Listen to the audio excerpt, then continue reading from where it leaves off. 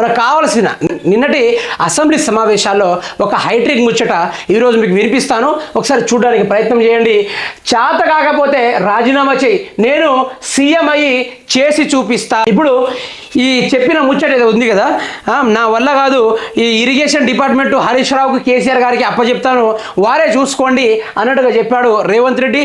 అదే సమావేశాల ముచ్చటని ఒకసారి మీకు వినిపిస్తాను, పూర్తి స్థాయిలో వినడానికి అయితే ప్రయత్నం చేయండి. చంద్రశేఖర్ రావు గారు, హరీష్ రావు గారు ఇద్దరు సాగునీటి పారుదల శాఖ మంత్రిగా పనిచేశారు కదా అధ్యక్ష. ఈ రోజు వాళ్ళకే పెత్తనం ఇస్తాం, వాళ్ళనే చేయమని ఉంది, బాధ్యత వాళ్ళని తీసుకోమని ఉంది అధ్యక్ష. ఇప్పుడు కూడా అవకాశం ఉంది, ఇంజనీర్లు చెప్తున్నారు, వాళ్ళకి చేత కాకపోతే ప్రభుత్వాలు మాకు అప్పచెప్పాలని వాళ్ళని తప్పుకోమని మేము చేసి చూపిస్తాం. రేవంత్ రెడ్డి రాజీనామా చేయమను, నేను ముఖ్యమంత్రిగా ప్రమాణ స్వీకారం చేసి నేను చేసి చూపిస్తాను. నాకు చదివిస్తానే ఆయన రవి చేసేది, ఆయన చేత కాదు హరీష్ రావు చేయండి చేసి చూపిస్తాను. ఇక చూశారు కదా, రేవంత్ రెడ్డి ఏమన్నా అధికారంలో ఉన్న ఒక రేవంత్ రెడ్డి ఏమంటున్నాడంటే, ఇరిగేషన్ డిపార్ట్మెంట్ని మీకు అప్పచెప్పిస్తాను, మీరు దాన్ని రిపేర్ చేయండి అని చెప్తే దానికి హరీష్ రావు కౌంటర్, రేవంత్ రెడ్డి నువ్వు మొదలుగా రాజీనామా చేయి, నువ్వు రాజీనామా చేస్తే నేను ఏ విధంగా అభివృద్ధి చేస్తానో చూపిస్తాను, నువ్వు మొదలుగా అయితే రాజీనామా చేయి అంటున్నాడు. మరి రేవంత్ రెడ్డి గారు మొన్నటిదాకా ఉన్నప్పుడేమో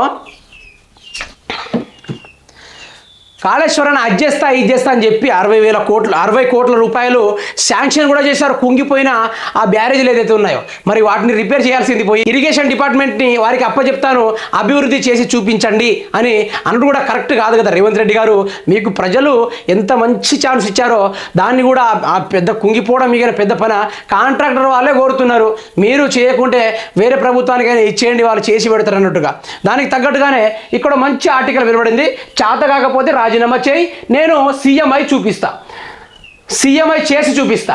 సీఎం రేవంత్ రెడ్డికి మాజీ మంత్రి హరీష్ సవాల్, మేడిగడ్డను వెంటనే రిపేర్ చేయాలని డిమాండ్, చేయలేకపోతే పదవి నుంచి దిగిపోవాలని హరీష్, తప్పు జరిగితే దోషులపై చర్యలు తీసుకోవాలని సూచన. కర్ణాటక కాంగ్రెస్ ఎమ్మెల్యేలు మెచ్చుకున్నది చెప్పారా? ఇక నేను ఒకటి చెప్తున్నాను, బీఆర్ఎస్ పార్టీ వాళ్ళకి, మాజీ ముఖ్యమంత్రులే కావచ్చు, ప్రస్తుతం నడుస్తున్న ఎమ్మెల్యేలే కావచ్చు, మీ అందరికీ విన్నతి అండి.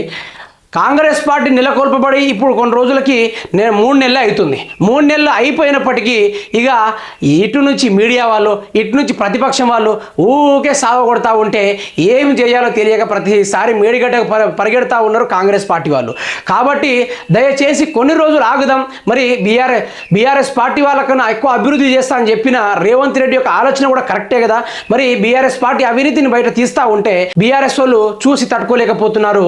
ఈ రేవంత్ రెడ్డికి బీఆర్ఎస్ పార్టీ వాళ్ళు ఎక్కువ టార్చర్ పెడుతున్నారు అనుకోండి. ఇక ఆ టార్చర్ పెట్టేటప్పటికి రేవంత్ రెడ్డికి ఏం చేయాలో ఏం తోచక తెలియక నానా రకాల ముచ్చట్లు మాట్లాడుతున్నాడు. కొన్ని రోజుల దాకా రేవంత్ రెడ్డి పాలనను వదిలేయండి, వారి అధికారంలోకి వచ్చి కొన్ని రోజులే అయింది కాబట్టి ప్రతిపక్షం ఇంత గట్టిగా ఉండడం కూడా కరెక్ట్ కాదని నా అభిప్రాయము. ఎందుకంటే చాలామందికి ఒక భావన ఉంటుంది, పెళ్ళవగానే తొందరగా పిల్లలు పుట్టారంటే కుదిరే పరిస్థితి అని. కాబట్టి ఆగుదాం, ఏదైతే 100 రోజులు అన్నారో ఆ 100 రోజుల దాకా ఆగుదాం.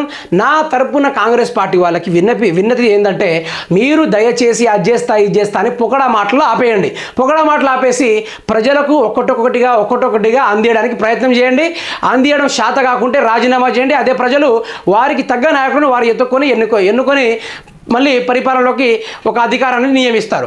అంతేగాని లేనిపోని అన్ని హామీలు ఇచ్చేసి వాటిని నెరవేర్చడానికి ఏం దిక్కుదొచ్చినప్పుడు బీఆర్ఎస్ పార్టీ పైన ఏడ్చుడు కూడా కరెక్ట్ కాదు రేవంత్ రెడ్డి గారు.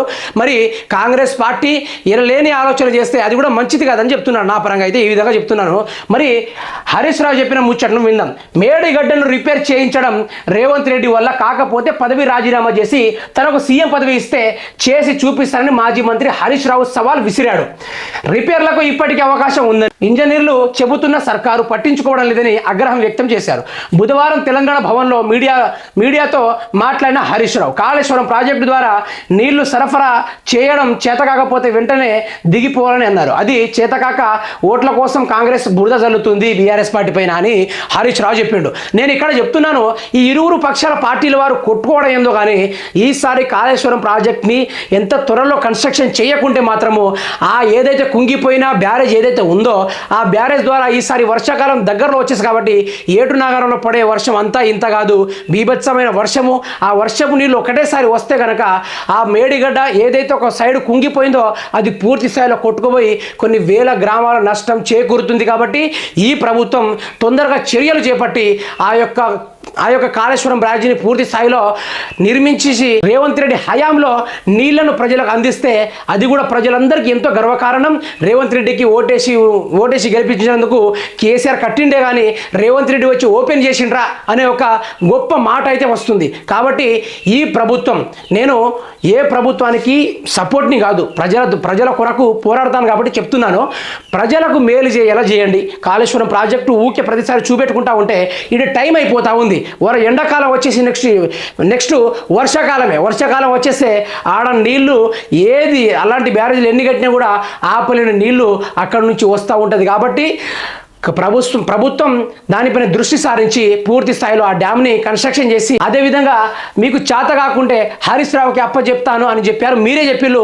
మరి మీకు చేత కాకుంటే రాజీనామా చేసి నాకు ముఖ్యమంత్రి పదవి ఇచ్చేసి నేను చేసి చూపెడతానని గత ప్రభుత్వం వారు సవాల్ విసిరినప్పుడు రేవంత్ రెడ్డి గారు మిమ్మల్ని గెలిపించిన 4 కోట్ల మంది జనాభా మీరు ఆదర్శంగా నిలవాలంటే ఇప్పుడు మీరు కాళేశ్వరం చుట్టూ తిరగడం కాదు, దాన్ని రీకన్స్ట్రక్షన్ చేసేయండి, అంతే ఇక.